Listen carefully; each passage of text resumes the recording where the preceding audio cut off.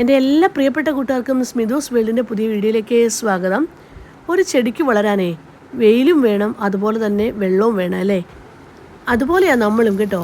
നമുക്ക് ചുറ്റും എപ്പോഴും നല്ല വാക്കുകൾ മാത്രം പറഞ്ഞുകൊണ്ടിരുന്നാലേ വിജയിക്കാൻ ഒരു ഉഷാറും കാണില്ല. ഒന്ന് ക്രിട്ടിസൈസ് ചെയ്ത് നോക്കട്ടെ, അന്നേരം അറിയാം നമ്മുടെ ഉള്ളിൽ തീപ്പൊരി കത്തുന്നത്. വിമർശനങ്ങൾ കേട്ട് വിജയിച്ചു വരുമ്പോഴല്ലോ ഒരു പ്രത്യേക സുഖം തന്നെയാണ്. എല്ലാവർക്കും നല്ലൊരു പ്രഭാതം ആശംസിക്കുന്നു.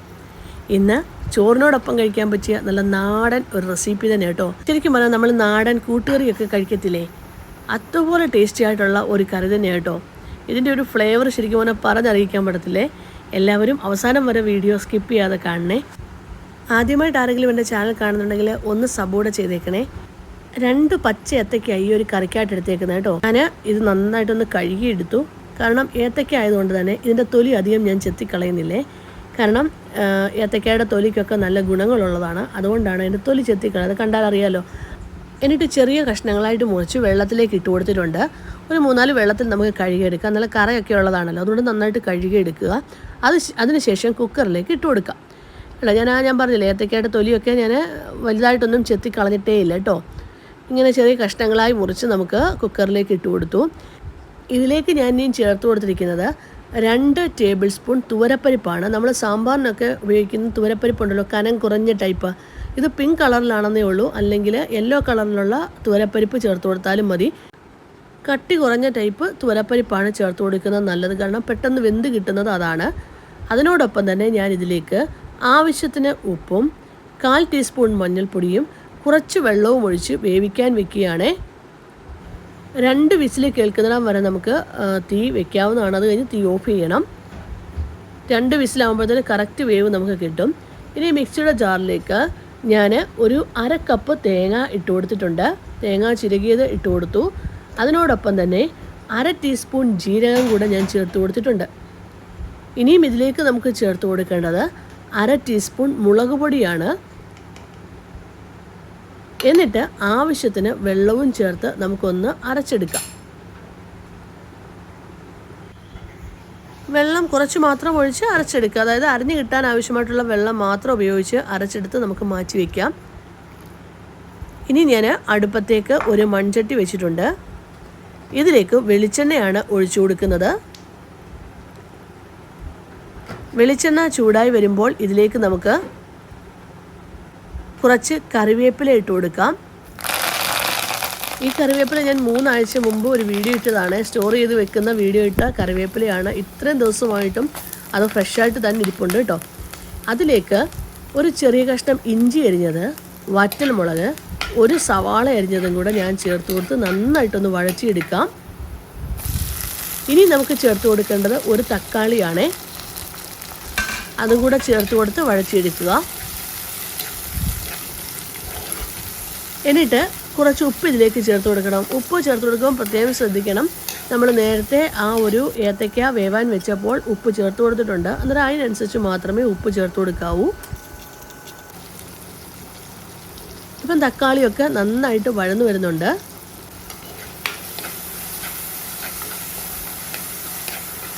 ഇനി ഈ ഒരു സമയത്ത് നമുക്കിതിലേക്ക് ചേർത്ത് കൊടുക്കേണ്ടത് നമ്മൾ നേരത്തെ തയ്യാറാക്കി വെച്ചിരിക്കുന്ന, അല്ലെങ്കിൽ വേവിച്ച് വെച്ചിരിക്കുന്ന ആ ഏത്തയ്ക്കയും പരിപ്പും ഒക്കെ കൂടെ ഉണ്ടല്ലോ, അത് നമുക്ക് ഇതിലേക്ക് ചേർത്ത് കൊടുക്കാവുന്നതാണ്.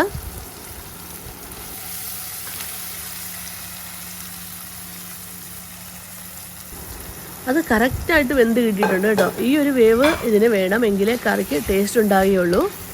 ആ ഏത്തയ്ക്ക നന്നായിട്ട് ഒന്ന് വെന്ത് കിട്ടണം. 2 വിസിലിൻ്റെ ആവശ്യം മാത്രമേ ഉള്ളൂ. ഇനി ഇത് നല്ലതായിട്ട് നമുക്ക് ഈ ഒരു മസാലക്കൂടിനകത്തൊന്ന് യോജിപ്പിച്ചെടുക്കാം. അതിനുശേഷം നമ്മൾ നേരത്തെ അരച്ചു വെച്ചിരിക്കുന്ന അരപ്പുണ്ടല്ലോ, അതും കൂടെ ഇതിലേക്ക് ചേർത്ത് കൊടുത്ത് നല്ലതായിട്ടൊന്ന് വഴറ്റിയെടുക്കണേ.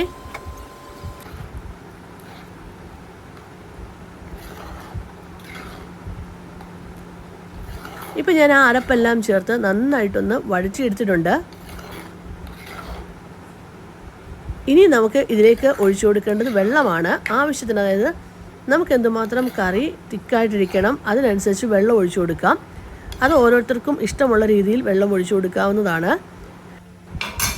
വെള്ളം ഒഴിക്കുമ്പോൾ പ്രത്യേകം ശ്രദ്ധിക്കണം.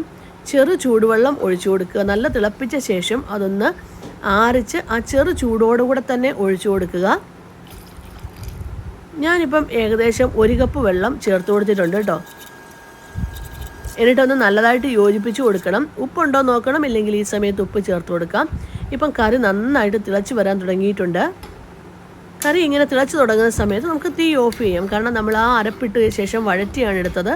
അതുപോലെ തന്നെ ചൂടുവെള്ളവുമാണ് ഒഴിച്ചു കൊടുത്തേക്കുന്നത്. അതുകൊണ്ട് ഒരുപാടിട്ട് തിളപ്പിക്കേണ്ട ആവശ്യമൊന്നുമില്ല. തിളച്ച് വരുന്ന സമയത്ത് തീ ഓഫ് ചെയ്യാവുന്നതാണ്.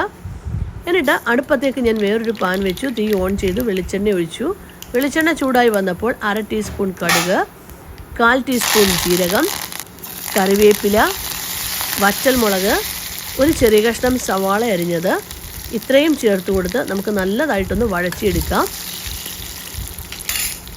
ഈ സവാളയുടെയും കറിവേപ്പിലയും ഒക്കെ ഒന്ന് ഫ്രൈ ആയി വരുന്ന സമയത്ത് ഇതിലേക്ക് ഞാൻ 2 ടേബിൾ സ്പൂൺ തേങ്ങ ചിരകിയതാണ് ചേർത്ത് കൊടുത്തിരിക്കുന്നത്. ഇത് ഉറപ്പായിട്ടും ചേർത്ത് കൊടുക്കണം.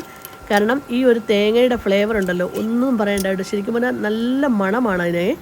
അതുകൊണ്ട് അത് തീർച്ചയായിട്ടും ചേർത്ത് കൊടുക്കണം. തേങ്ങയുടെ കളർ നല്ല ബ്രൗൺ ആകുമ്പോൾ ഇതിലേക്ക് 1/4 ടീസ്പൂൺ മഞ്ഞൾപ്പൊടിയും കൂടെ ചേർത്ത് കൊടുത്ത് നമുക്ക് തീ ഓഫ് ചെയ്യാം. എന്നിട്ട് നേരെ കറിയിലേക്ക് നമുക്ക് ഒഴിച്ചു കൊടുക്കാവുന്നതാണ് കേട്ടോ. ശരിക്കും പറഞ്ഞാൽ ഈ ഒരു താളിപ്പ് ഉറപ്പായിട്ടും ചെയ്യണം. വളരെ ടേസ്റ്റിയാണ് കേട്ടോ. ഇനിയും ഈ ഒരു വെളിച്ചെണ്ണയ്ക്ക് പകരം നെയ്യ് ഒഴിച്ചു കൊടുത്ത് വറുത്തെടുത്താലും ടേസ്റ്റ് തന്നെയാണ്. അതൊക്കെ നമ്മുടെ ഇഷ്ടത്തിനനുസരിച്ച് നമുക്ക് ചെയ്യാം. നല്ലൊരു നാടൻ ഒഴിച്ചുകറി തന്നെയാണ് കേട്ടോ. അതുപോലെ തന്നെ പരിപ്പൊക്കെ വേവിച്ചെടുക്കുന്നതുകൊണ്ട് ഒരു പ്രത്യേക ടേസ്റ്റും കൂടിയാണ്. ഇനിയും ആ ഒരു അരപ്പരയ്ക്കുമ്പോഴും ശ്രദ്ധിച്ചോണം, നല്ല മയത്തിൽ തന്നെ അരച്ചെടുക്കണം കേട്ടോ. എങ്കിലേ നമ്മൾ വിചാരിക്കുന്ന ആ ഒരു രീതിയിലൊക്കെ കറി കിട്ടത്തുള്ളൂ. എല്ലാവർക്കും ഇന്നത്തെ ഈ ഒരു റെസിപ്പി ഇഷ്ടമായെങ്കിൽ ഒന്ന് ലൈക്ക് ചെയ്യാനും ഷെയർ ചെയ്യാനും സബ്സ്ക്രൈബ് ചെയ്യാനും കമൻറ്റ് ബോക്സിൽ കമൻറ്റ് ചെയ്യാനും മറന്നു പോകല്ലേ. Thank you for watching.